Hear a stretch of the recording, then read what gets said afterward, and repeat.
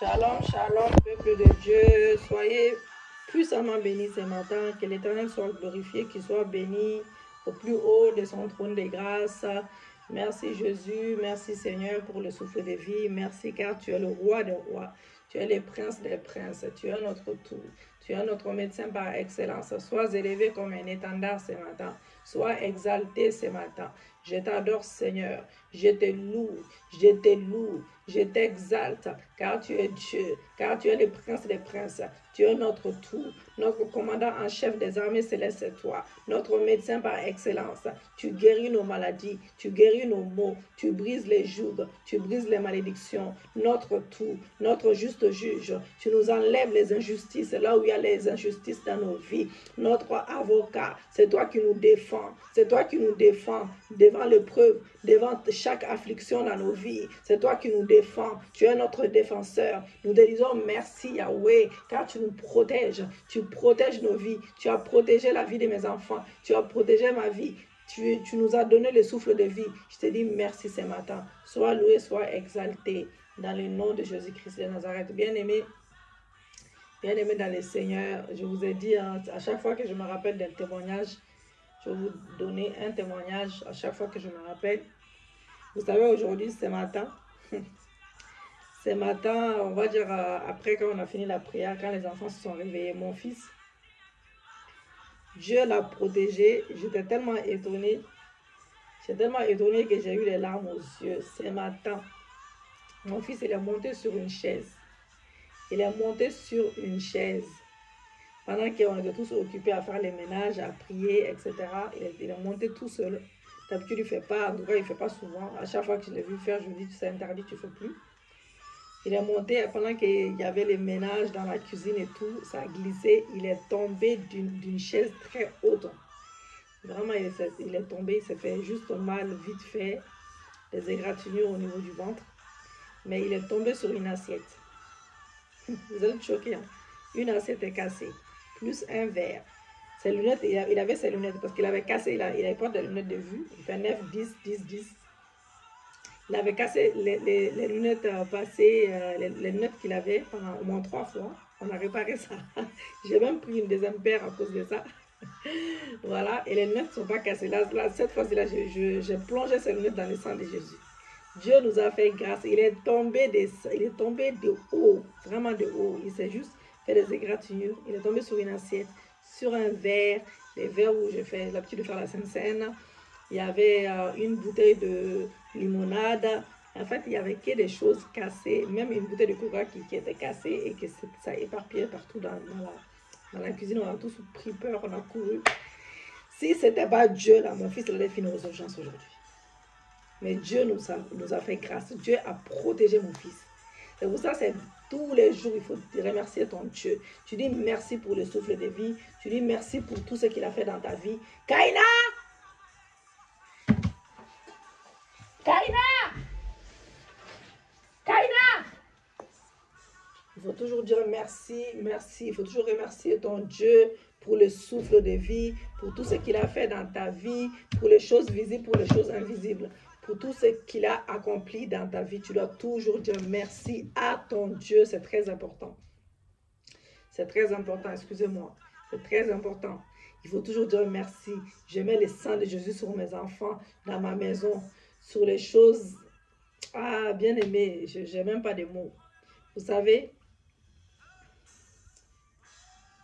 nous allons parler des dons de prophétie. Je remercie Dieu ce matin pour la vie de mon fils, pour la vie de mes filles, pour ma vie, pour la vie de mon époux, de ma famille, côté paternel, côté maternel, de mes parents, de chaque membre de ma famille. Je dis merci mon Dieu, car tu veilles sur nous, tu nous protèges des maladies, tu nous protèges des catastrophes, même domestiques. Merci Jésus, merci pour le ciel ouvert. Merci Seigneur pour tout ce que tu as fait dans nos vies. Oh, la protection bien-aimée, c'est très important. Le salut, c'est le plus important, mais la protection contre, contre toute attaque de l'ennemi, c'est très important.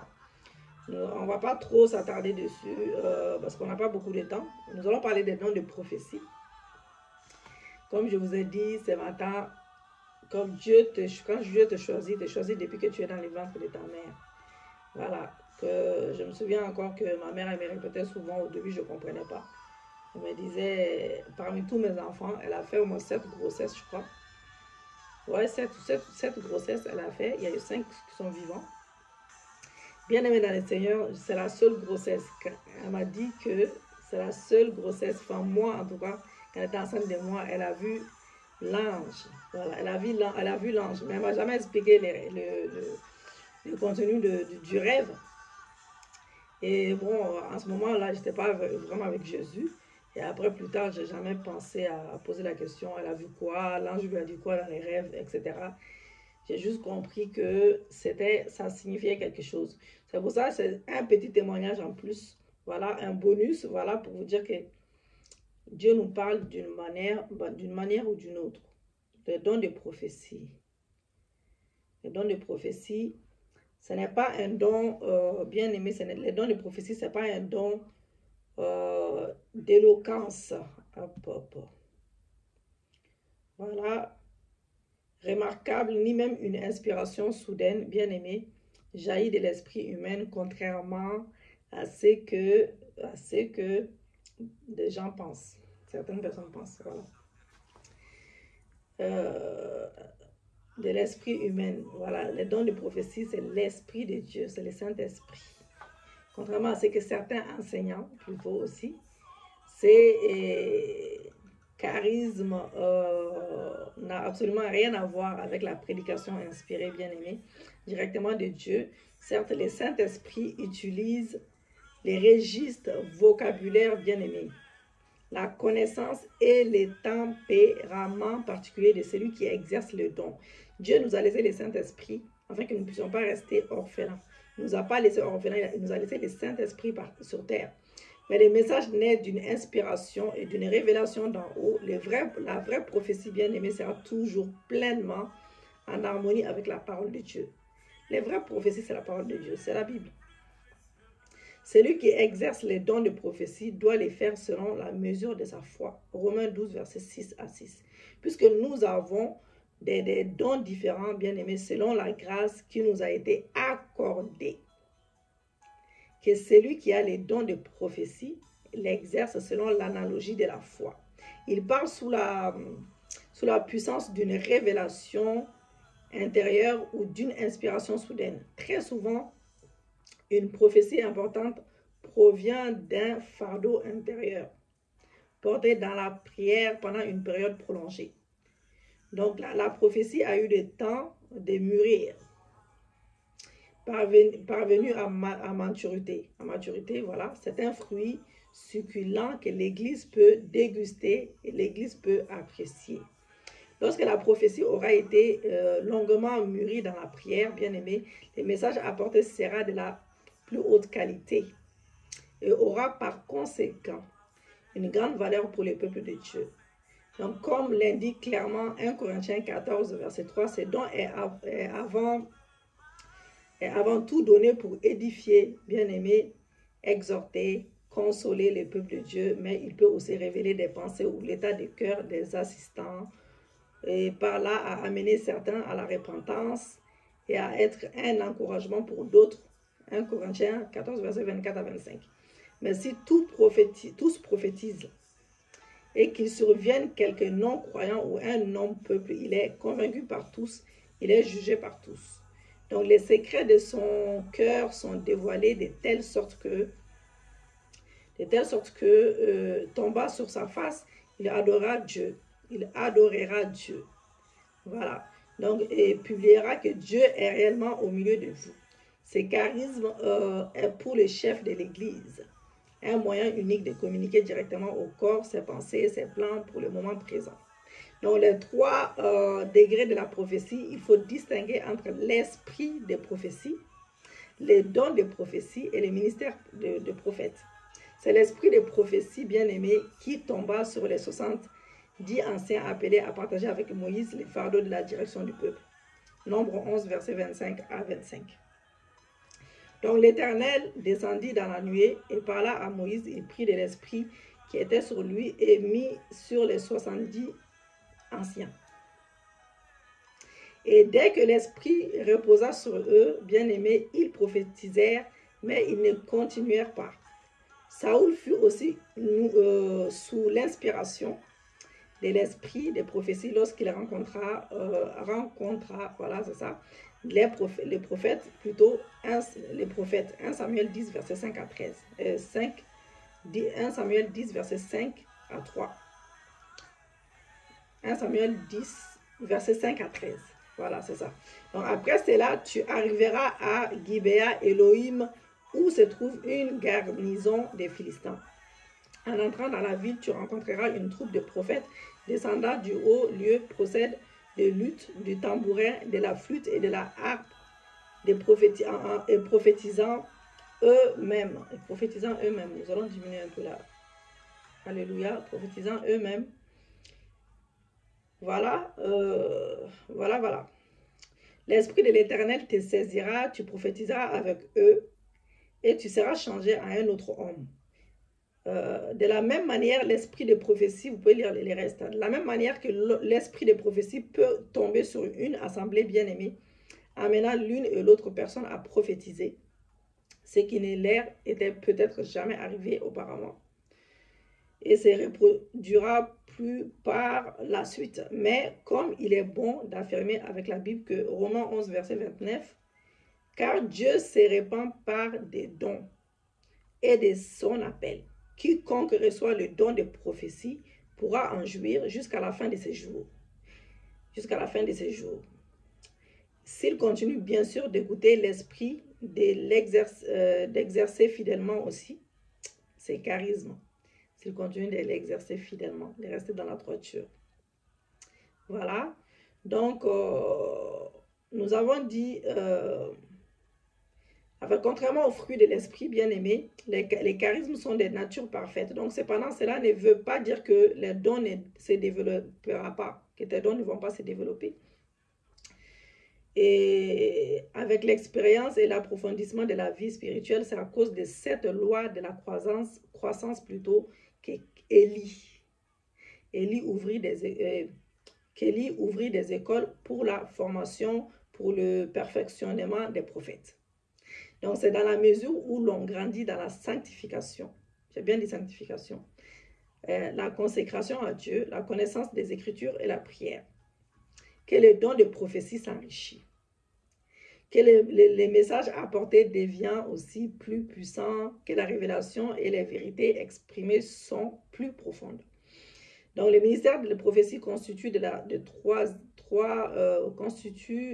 troisième degré, on va dire, de la prophétie. Donc, les prophètes n'ont seulement reçu ces dons particuliers, mais ils sont eux-mêmes un don pour l'Église, qui est le corps de Christ. Qui est le corps de Christ. Éphésiens 4, versets 8 à 11. Voilà. Donc, c'est pourquoi il est dit, étant monté, sinon qu'il est aussi descendu dans les régions intérieures de la terre. Lisez la suite. Tandis que les dons de prophétie est généralement destiné à l'assemblée locale. Le ministère de prophète a un bien plus grand rayonnement. Il peut s'exercer, bien aimé, dans le corps de Christ. Il s'adresse d'une assemblée d'église avec l'apôtre. Le prophète remplit une fonction essentielle dans les réunions de conseil régional ou national. Donc, par conséquent, le prophète n'exerce pas seulement son ministère dans le domaine de l'édification, l'exhortation, de la consolation, comme l'indique clairement 1 Corinthiens 14, verset 3. Celui qui prophétise, au contraire, parle aux hommes, les édifie, les exhorte, les console. Il pourra révéler la pensée de Dieu. Concernant les questions complexes de la direction de l'Église, ce qui est essentiel à la sainte croissance et au développement bien-aimé des mouvements, la prédication d'événements futurs est aussi d'une des caractéristiques d'un ministère prophétique confirmé. Donc, degré de perfection et contrôle de la prophétie. Donc, comme nous l'avons dit déjà, nous devons considérer que les degrés d'inspiration bien-aimés, la richesse des pensées, la maturité, la qualité des mêmes dons différents grandement selon les individus, nous reconnaissons qu'une inspiration parfaite ne se trouve que dans l'Écriture, comme nous le dit 2 Pierre 1, verset 20. Sachant tout d'abord vous-même qu'aucune prophétie de l'écriture, bien aimé, ne peut être un objet d'interprétation particulière. Donc c'est pourquoi notre confession de foi parle à juste titre. La divine inspiration et l'autorité des Saintes Écritures. On trouvera une inspiration déjà moins parfaite et jamais infaillible chez les prophètes et non tant selon les exemples donnés par Acte 11, versets 28 à 28. L'un d'eux nommé Agabus s'éleva et annonça par l'Esprit qu'il y aura une grande famine sur toute terre. Elle arriva en effet sous Claude, Acte 13, verset 2, pendant qu'ils servaient le Seigneur dans leur ministère et qu'ils gênaient, bien aimés, le Saint-Esprit dit, mettez-moi à part Barnabas et Saul pour l'œuvre à laquelle je les ai appelés. Acte 21, verset 11. Et il vint nous trouver, il prit la ceinture de Paul, se lia les pieds et les mains et dit, voici des que déclare le Saint-Esprit. L'homme à qui appartient cette ceinture-là. L'homme à qui appartient cette ceinture, les Juifs les lieront de la même manière à Jérusalem et les livreront, bien aimés, les livreront entre les mains des païens. Quand un don de prophétie, nous sommes appelés à juger, à éprouver les esprits. 1 Corinthiens 14, verset 29 à 32. Donc, pour ce qui est les prophètes, que 2 ou 3 parlant et que les autres jugent. Et si un autre qui est assis à une révélation, que les premiers se taisent. 1 Thessaloniciens 5, verset 20 à 21. Ne méprisez pas les prophéties, mais exprimez toutes choses. Retenez ce qui est bon. Ceci indiqua clairement que l'erreur peut s'y glisser. D'autre part, 1 Corinthiens 13, verset 9, révèle cette vérité que prophétie est toujours imparfaite. Elle doit donc être reçue avec pondération. Donc, dans l'Ancien Testament, on consultait des prophètes pour qu'ils cherchent la face de Dieu et transmettent ensuite la solution divine des problèmes qui leur avaient été confiés. 1 Samuel 9, 9. Autrefois, en Israël, quand on allait consulter bien-aimé Dieu, on disait, venez et allons au voyant, car celui qu'on appelle aujourd'hui les prophètes s'appelait autrefois les voyants. 2 Rois 20, verset 8 à 10. Ézéchias avait dit à Ésaïe, à quel signe connaîtrai-je? Voilà, que l'Éternel me guérira et que je montrerai le 3e jour à la maison de l'Éternel. En Ésaïe dit, voici de la part de l'Éternel les signes auxquels tu connaîtras que l'Éternel accomplira la parole qu'il a prononcée, l'ombre avancera telle de 10 degrés ou reculera telle de 10 degrés. Lisez la suite. Donc, mais depuis que le Saint-Esprit a été répandu plutôt sur toute chair, tout enfant de Dieu a le privilège, Seigneur bien-aimé, de pouvoir recevoir lui-même la direction divine. Chacun peut chercher et trouver la pensée de Dieu, quel que soit le problème posé. Donc cela n'empêche pas le Seigneur de nous parler parfois par les canaux prophétiques s'il juge bon de le faire. Donc, mais la prophétie ne doit jamais être considérée comme étant suffisante en elle-même pour apporter une direction personnelle décisive. Bien aimé, des fois, il y a des prophéties qui sortent, mais si tu ne fais rien derrière, ça ne va pas s'accomplir. Ça ne vient pas du prophète, ça ne veut pas dire que le prophète a menti. Donc, ce serait contraire à la volonté de Dieu. Donc, comme moyen de confirmation, la parole prophétique, bien aimé, peut être une aide remarquable quand certaines décisions sont à prendre. La prophétie doit toujours être la confirmation de ce que le Seigneur a déjà révélé à la personne concernée. Voilà. Donc, lui apporta ainsi une plus grande paix, une plus grande assurance intérieure. Quiconque refuse de respecter cette loi spirituelle aura à les regretter tôt ou tard. Donc, la nécessité de contrôler les dons de prophétie est prouvée par le fait qu'il peut provenir de 3 sources d'inspiration différentes. 2 Samuel 23, verset 2. L'Esprit de l'Éternel parle par moi et sa parole est sur ma langue. Jérémie 1, verset 9. Puis l'Éternel étendit sa main et toucha ma bouche. Et l'Éternel me dit, voici, je mets mes paroles dans la bouche. Acte 19, verset 16. Lorsque Paul leur eut imposé les mains, le Saint-Esprit vint sur eux, ils parlaient en langue et prophétisaient plutôt. Acte 21, verset 11. Et vint nous trouver, il prit la ceinture de Paul et se lia les pieds et les mains. et dit, voici ce que déclare le Saint-Esprit, l'homme à qui appartient cette ceinture, les Juifs les lieront de la même manière à Jérusalem et les livreront entre les mains des païens, les mauvais esprits. 1 Roi 13, versets 17 à 19. Et car il m'a été dit par la parole de l'Éternel, tu n'y mangeras point de pain et tu n'y boiras point d'eau, et tu prendras pas à ton retour les chemins par lesquels tu seras allé. Et lui dit, moi aussi je suis prophète, comme toi. Et un ange m'a parlé de la part de l'Éternel et m'a dit, ramène-le avec toi dans ta maison et qu'il mange du pain et boive de l'eau. Il lui mentait. 1 Roi 22, verset 22. L'Éternel lui dit, comment je sortirai, répondit-il, et je serai un esprit de mensonge dans la bouche de tous ces prophètes. L'Éternel dit, tu les séduiras et tu viendras à bout. Sors et fais aussi. Matthieu 8, verset 29. Et voici s'écrièrent, qu'y a-t-il entre nous et toi? Fils de Dieu, es-tu venu ici pour nous tourmenter avant les temps? Acte 16, verset 17. Et s'est mis à nous suivre, Paul et nous, elle criait, ces hommes sont les serviteurs de Dieu très haut, et ils annoncèrent la voix du salut, l'âme de l'homme. Jérémie 23, verset 16. Ainsi parle l'Éternel des armées, n'écoutez pas les paroles des prophètes qui vous prophétisent, ils vous entraînent à des choses néant, ils disent les visions de leur cœur et non ce qui vient de la bouche. Néhémie 6, verset 12 à 14. Et j'ai reconnu que ce n'était pas Dieu qui l'envoyait, mais il prophétisait ainsi sur moi, parce que Sabala et Tobija lui avaient donné de l'argent. Et les gagnant ainsi et espérant que j'aurais peur et que suivrait ses avis et commettrait des péchés, il aura profité de cette atteinte à ma réputation pour me couvrir d'opprobre. Ézéchiel 13, verset 2 à 3. Fils de l'homme, prophétise comme les prophètes d'Israël qui prophétisent et dit à ceux qui prophétisent selon leur propre cœur. Écoutez la parole de l'Éternel. Ainsi parle le Seigneur éternel. Malheur aux prophètes insensés qui suivent leur propre esprit et qui ne voient rien. Nous ferons donc bien d'accepter l'exhortation que Paul adresse aux chrétiens de Thessalonique.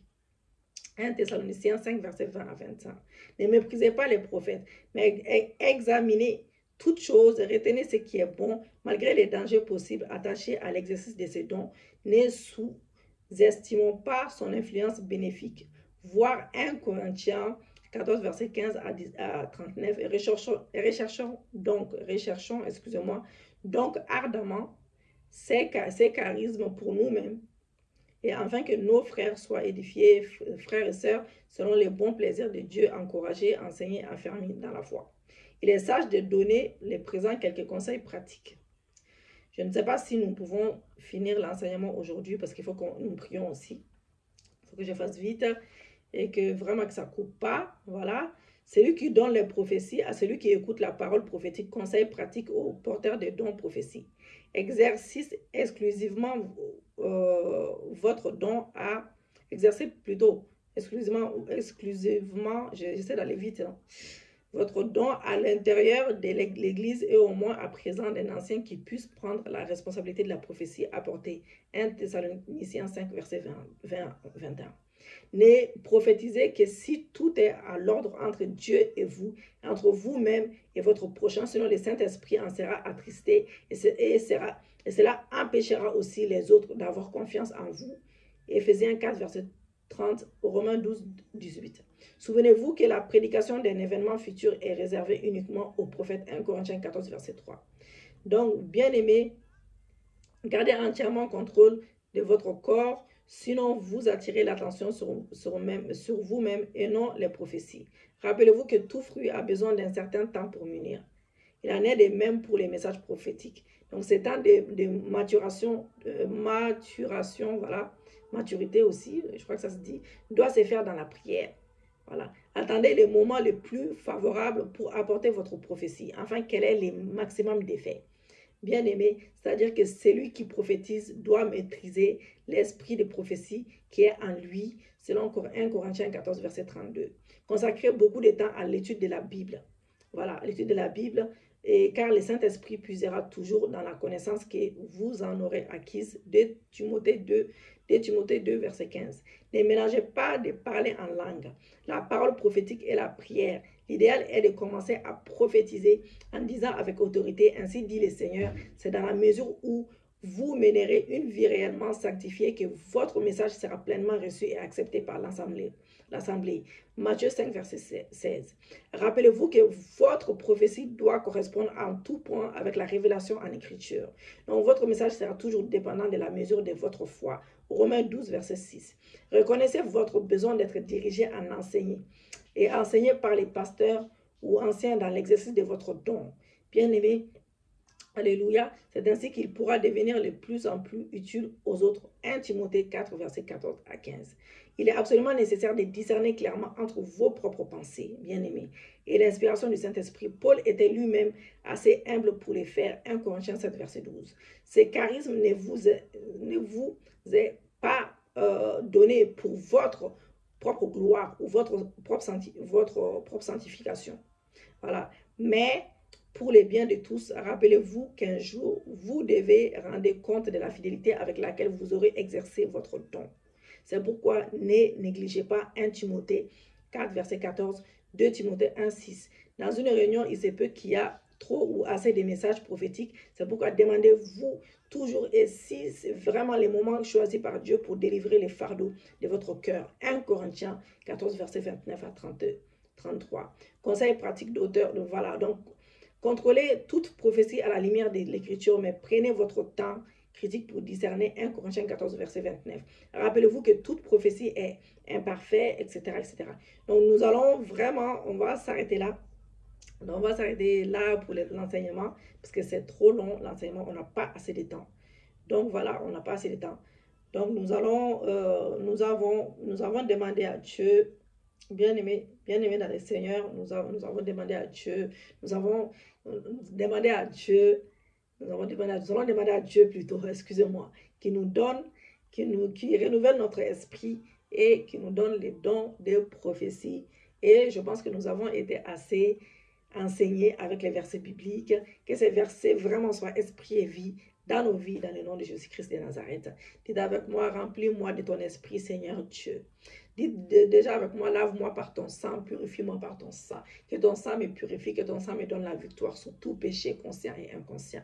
Que Saint-Esprit, dites avec moi, remplis-moi de ton esprit, afin que je vive dans l'esprit, dans le nom de Jésus-Christ de Nazareth. Alléluia. Seigneur Jésus-Christ, vous bénisse. Vous savez, dans 2 Corinthiens 13, verset 13, je ne sais pas si on a lu cela. Que le Seigneur Jésus-Christ vous bénisse, que l'amour de Dieu et l'Esprit Saint qui nous unit soit avec vous. Romains 8, verset 14 également. Tout ce qui est Dieu, son Fils de Dieu, bon, on ne va pas lire tout ça. Voilà, donc Galates 5, verset 25. L'Esprit nous a donné la vie, laissons-le donc aussi diriger notre conduite. Dès que nous sommes nés de nouveau, nous recevons le Saint-Esprit et l'Esprit de Dieu envoyé en nous. Donc, il est bon, réel et meilleur ami. C'est notre meilleur ami et toujours présent avec nous. Il est notre conseiller, il nous dirige, etc. Une fois reçu. Ah, Jésus-Christ. Excusez-moi du bruit, ça va me déconcentrer. Je suis en train de faire vite. Je mélange même. Bon, on va y arriver.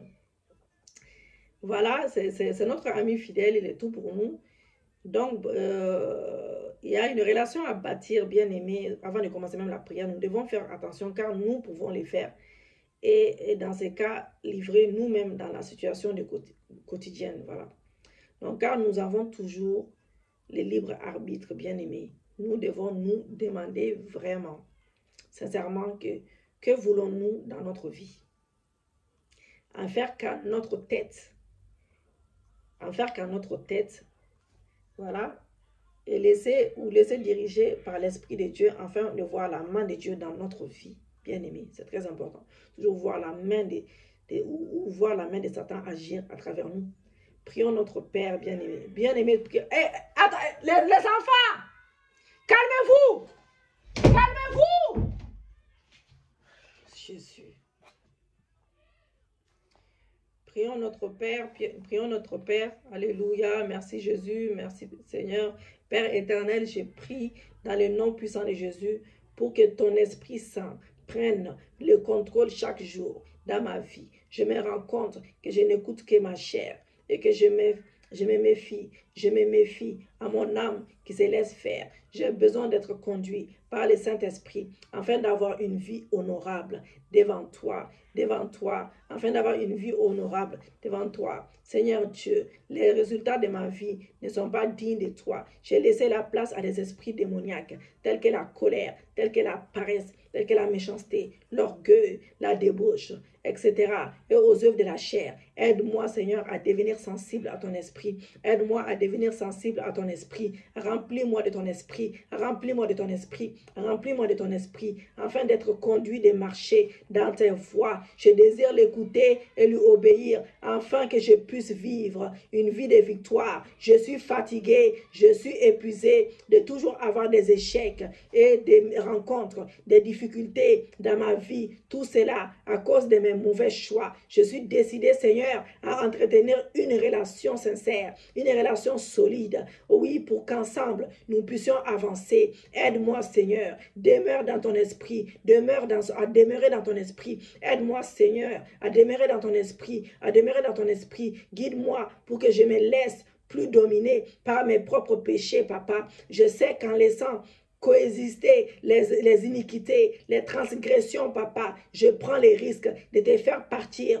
et je ne saurai plus quelle route prendre. Il sera pour moi une guide, une aide face à tout ce que je devais affronter dans ma vie, dans le nom de Jésus-Christ. Je suis limité avec mes propres capacités. Je suis limité avec mes propres capacités. Je suis limité avec mes propres capacités. Mais avec lui, Seigneur Dieu, je pourrai tout car il me donne de la puissance.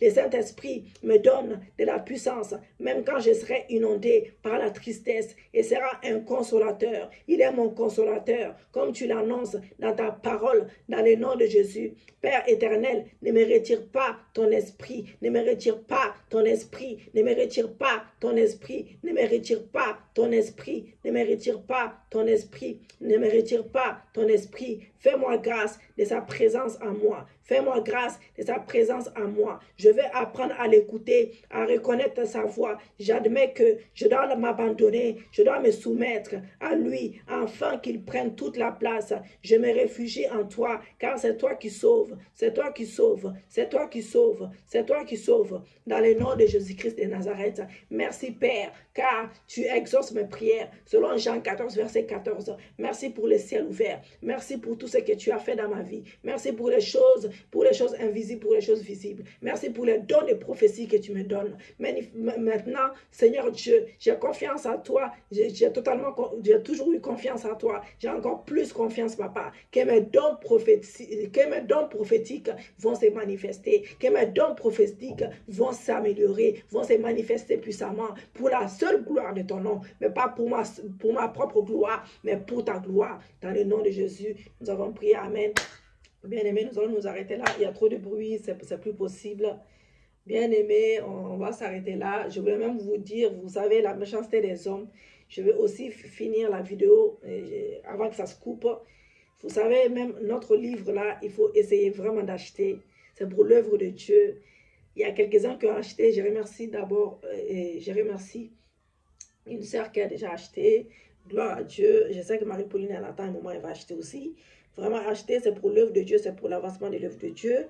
Il fallait Betty, que Dieu te bénisse même pour le livre qu'elle a commandé. Elle a déjà commandé. Elle a eu la première. Et vous savez, pour faire sortir les livres là, c'est Marie-Pauline qui avait proposé une copine qui avait sorti les livres avant. On l'a contactée. La copine avec la dame qui l'a aidé à sortir les livres. Elles ont refusé de nous aider. Au début, c'était elle, ça venait d'elle. Elles ont refusé de nous aider. Et alors qu'elles avaient sorti déjà un livre qui n'avait rien à voir avec la parole de Dieu, mais bon, ils font ce qu'ils veulent. S'ils ont envie de sortir un livre, n'importe quel livre, ils le sortent. Mais si tu veux, tu peux aider ton prochain, tu peux le faire, surtout quand c'est pour l'œuvre de Dieu, et c'est des chrétiennes. Elles ont refusé. Mais Dieu a fait, c'est pour ça que je vous ai dit, les prières qu'on fait là, c'est des prières prophétiques et c'est des prières, c'est des prières vraiment pour que nos ennemis puissent avoir la honte. Voilà. Donc, prenez ces prières au sérieux, bien-aimés. Et quand le livre est sorti, j'ai partagé, elle-même, elle a vu ça là. Elle avait la honte. C'est pour ça que prenez les prières au sérieux. Faites les prières même à plusieurs reprises. Que l'Éternel soit béni. Je vais vous laisser parce qu'il y a trop de bruit. Et shalom. Shalom.